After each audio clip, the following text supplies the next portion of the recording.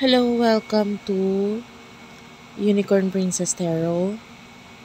So ako nga pala si Madam P at ito yung ating astrological reading. Pag-usapan natin yung new moon, no, na magaganap ngayong June 25, 2025. And itong new moon na to, napakaganda kasi ito ay mangyayari sa sign of Cancer. So, ano yung maaaring maging effect nito sa atin, sa pangkalahatan? By the way, baka hindi ka pa nakaka-subscribe sa ating channel, i-hit mo na lang yung subscribe button, notification bell, and yung aking Facebook page, Madam P.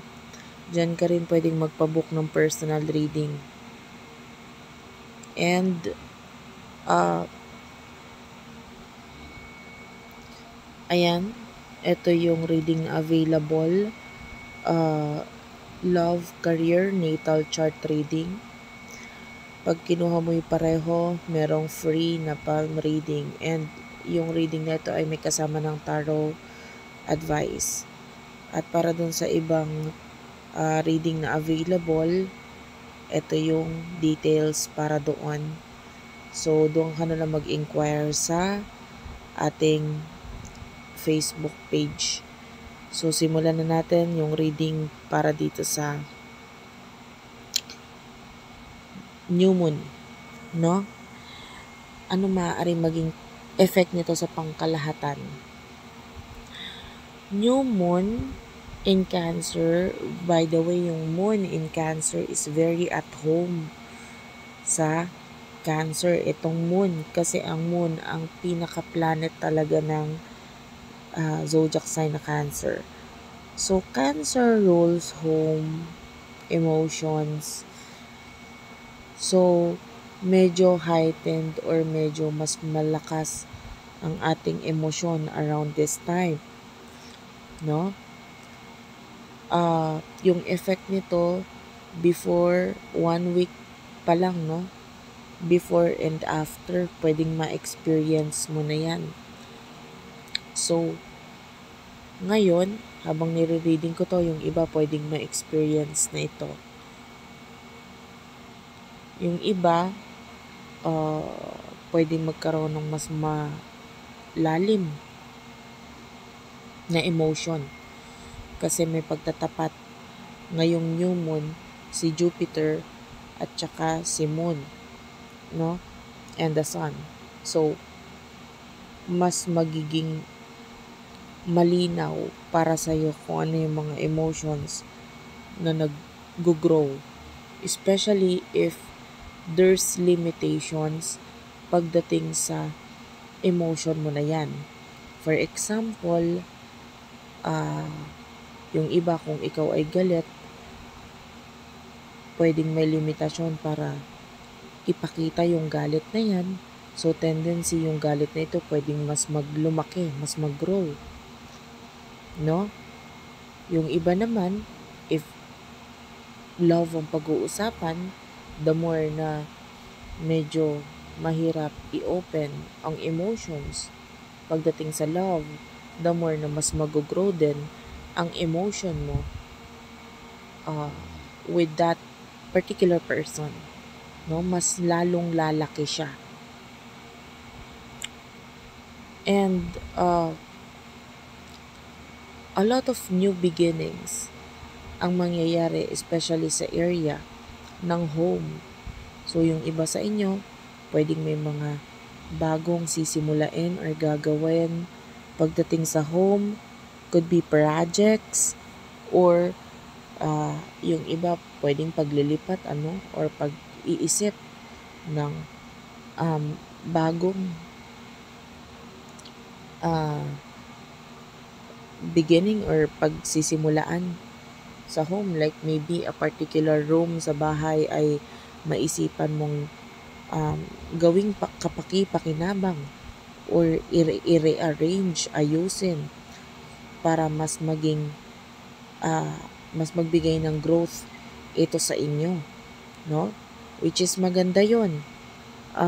By the way, lalo na ngayon ay nagkakaroon ng itong si Jupiter, nandito na siya sa sign of Cancer. So, a lot of growth, no? Pagdating sa home talaga. So, yung iba, if you're planning to uh, have a baby, now is the time na magandang gawin yan. Magpunla. Kasi, new moon is like a new beginning. Para ka nagtatanim ng seed nito para ka nagtatanim ng buto. And of course, lalo na sa area ng home, because Cancer is the ruling sign, no? For home, family, mother. Ayan. So, napakaganda if you want to have a baby and mag-expand ang iyong home. Magandang gawin na yan, no, around this time of of new moon in Cancer. Ngayon nga lang, ang problema, yung iba pwede may mga limitations para gawin yon. But anyway, you should try your best as much as possible na maisakatuparan. But the good thing is that may relationship naman itong moon with the planet of Mars, which is harmonious yung relationship niya. Mars is a planet of action. Dito ka aggressive. So kung ano man yung mga bagay na maisipan mo or gawin mo, no? Ay nakikita natin na kahit may mga limitasyon, nandun yung ipupursige pa rin gawain ito, no? And especially the Mars is in the sign of Virgo. So yung iba naman, there could be new beginnings pagdating sa area ng health mo, no? Like maybe changing your routines, no? New beginning regarding your diet, or maybe with regards to health and pets. So pwedeng magkaroon ng mga pagtitake ng actions regarding mga new beginnings na may kinalaman doon sa mga nabanggit ko na yon, which is maganda. This new beginning is very important.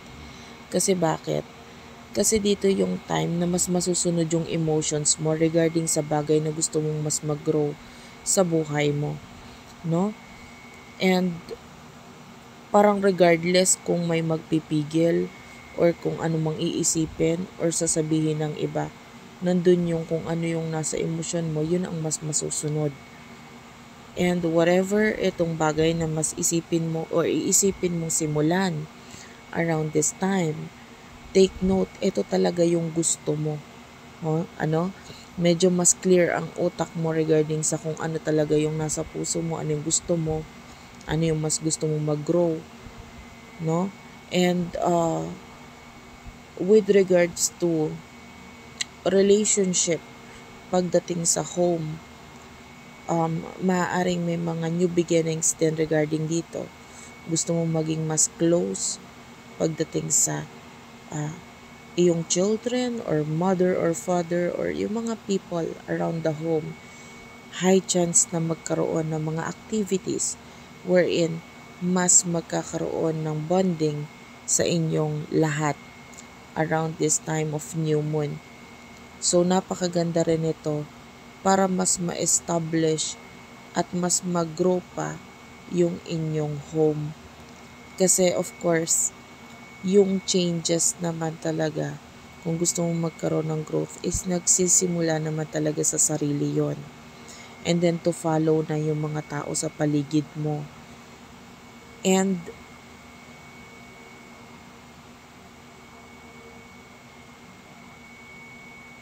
nandun yung pagdadalawang isip or medyo may mga bagay na gusto mong lagyan ng transformation around this time na pwede may kinalaman sa internet, social media, no? or friends.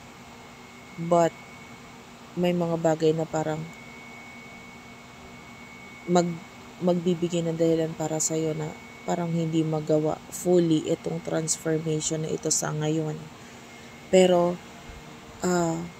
now is the time na mas mag-focus na muna sa area ng home at yung mga bagay na ito ay isang tabi na muna.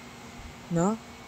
But, if ever na yung work or career na iniisip mo ay may kinalaman sa home, no? Maybe new business sa home or maybe home-based job.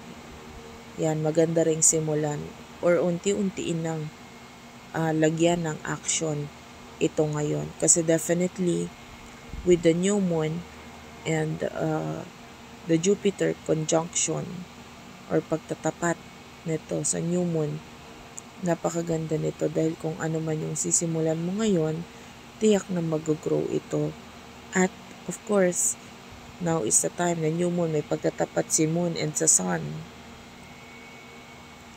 So, definitely, ito ay magbibigay ng shine sa'yo. So, use this time of full moon para mas mag-grow ka pa not only as a person, but of course yung iyong home, ang iyong family, and career na may kinalaman sa home. Yeah, home-based job, home, businesses. And if you're thinking na mas palawakin pa ang tahanan, ayan, now is the time na gawin nyo like projects na pag-extension, pagbili ng bahay. There's this good outcome na kalalabasan nito. So, good luck guys. Thank you very much for watching. Ingat kayo. And don't forget to like and subscribe. And comment na rin kayo sa baba.